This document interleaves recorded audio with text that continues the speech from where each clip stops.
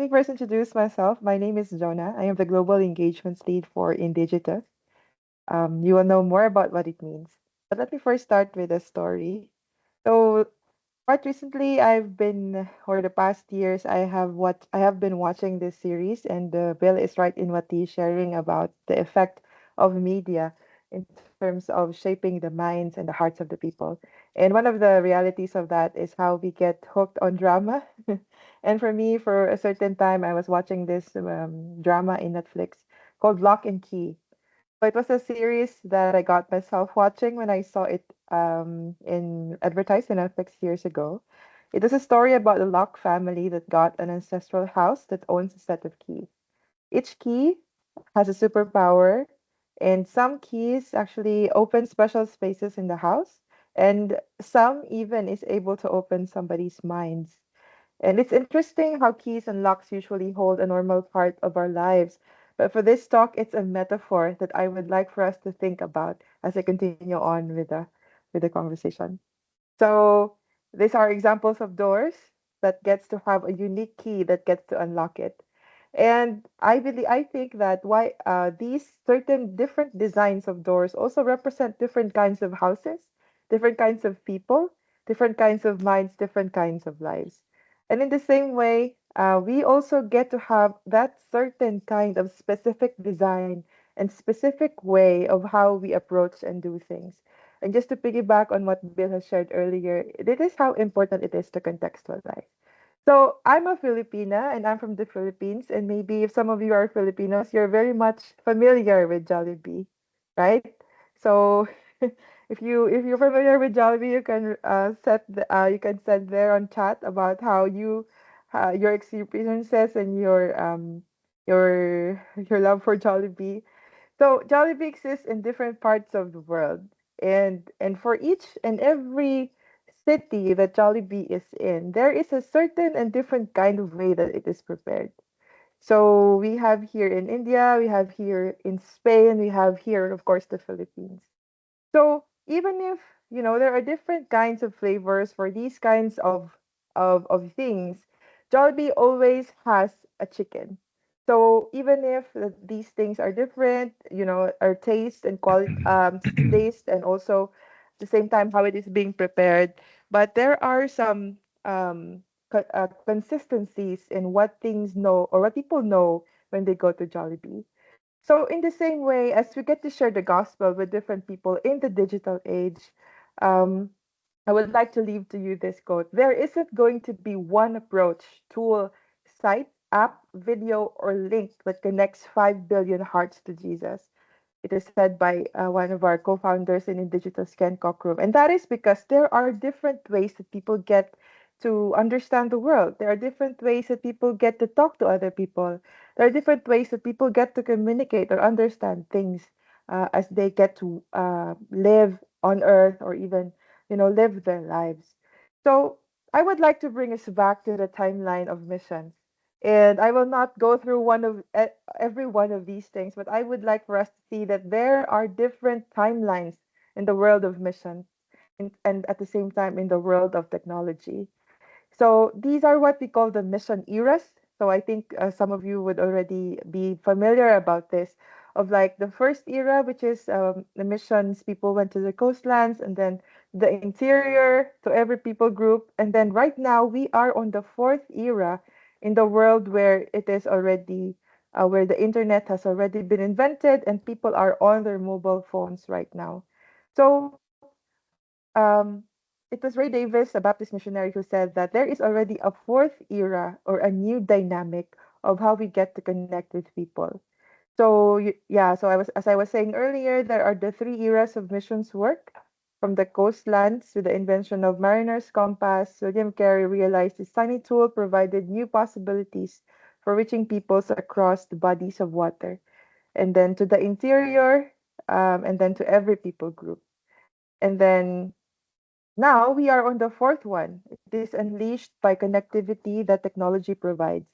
It gives every disciple an opportunity to play in part of the Great Commission. So relational or social connectivity is the present day equivalent of the compass. It has opened up the world to every disciple.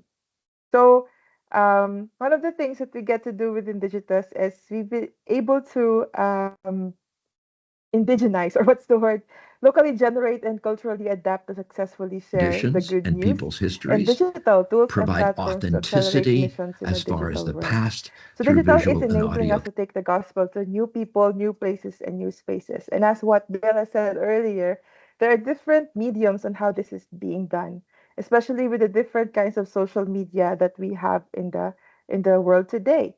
So I will share with you some different stories of how these people are taking the gospel to new people, new places, and new spaces. So we have here four people. At the bottom, you can find there that he is our brother in Uganda, and he is using WhatsApp to be able to reach out to people in his country. And then this lady here, she uses email because that's how she gets to communicate and gets to use digital to be able to talk to people. And then third one is she uses her calligraphy and digital art as a way to be able to express her faith and also her love for people and how she reaches out to them through her art. And then finally, this guy, this gentleman here, he uses TikTok to be able to reach out the next generation through the online spaces. So one other example also is this Facebook page. So this group in the Philippines, they use memes. So memes is technically like an inside joke where people get to to share their ideas and thoughts that are relatable to other people. So because they thought that this is a way to reach out to the next generation, they were able to contextualize it in a way that, oh, where do people usually go to? Where do people usually spend their much of their time? And if you know the Filipinos, they really spend 2 hours of we spend 2 hours of our time online and in social media. So and also find entertainment. So as a to be able to connect those two, how do we use entertainment and spending time in social media to be able to reach out to people where they are actually? So through that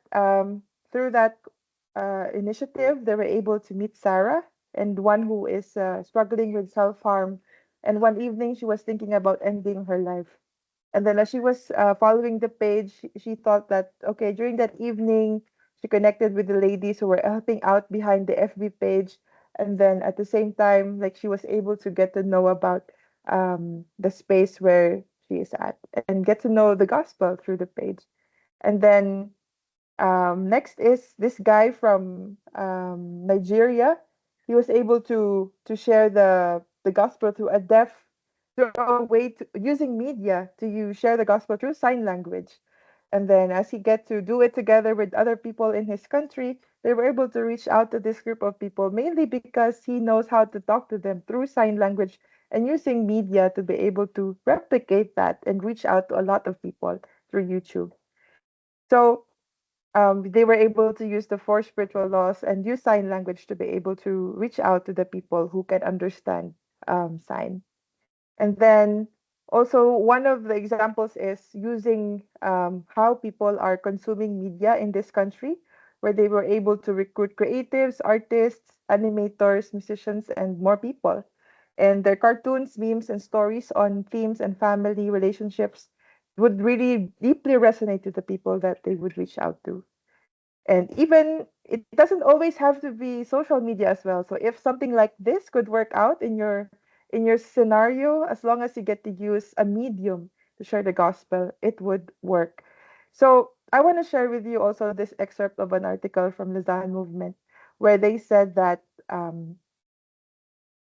where they say something about the power of digital, but at the same time is being able to sober us up with the reality that it is not it is also a tool that we get to use, but at the same time, we get to have the opportunity to also use what would work, and not it's not always the new thing, it's not always what's shiny, but it's simply what would work for the context. So I will just read this part. The digital world, born out of the modern and industrial ages, may seem to us to be the most efficient and direct route, but digital strategies, innovation, and efficiency do not necessarily translate to efficiency or superiority of the field. So I would like to, again, to affirm what Bill said. Digital tools must marry well with indigenous solutions. So as you get to seek ways to be able to take the gospel to however it might look like, we Over the years, remember we've that it created is also a way for us to take dozens and care, dozens at the of same things we time call to digital connect tracks. human to the people that we want These to serve. tracks are then Because put on we're social bringing an media, but they're unchanging also gospel shared with to a local churches changing so that they world. can use them in And their own no matter contexts how as does far that as look their own like, social and no media matter how it might outreaches. be in different ways and spaces, This there particular is an story was opportunity made for a us to number of years steward it. ago. And however, wherever God has placed you, that might be an opportunity for you to also use it to be able to take the gospel to the next person Question who is, might what are be you in need of afraid it. of? So, as I leave to you this, my question is, how does bringing an unchanging gospel to a Okay. changing world Digital look media like for you? finally So maybe extends that the is story beyond something local. that you can explore or even pray to the Lord about. Thank you.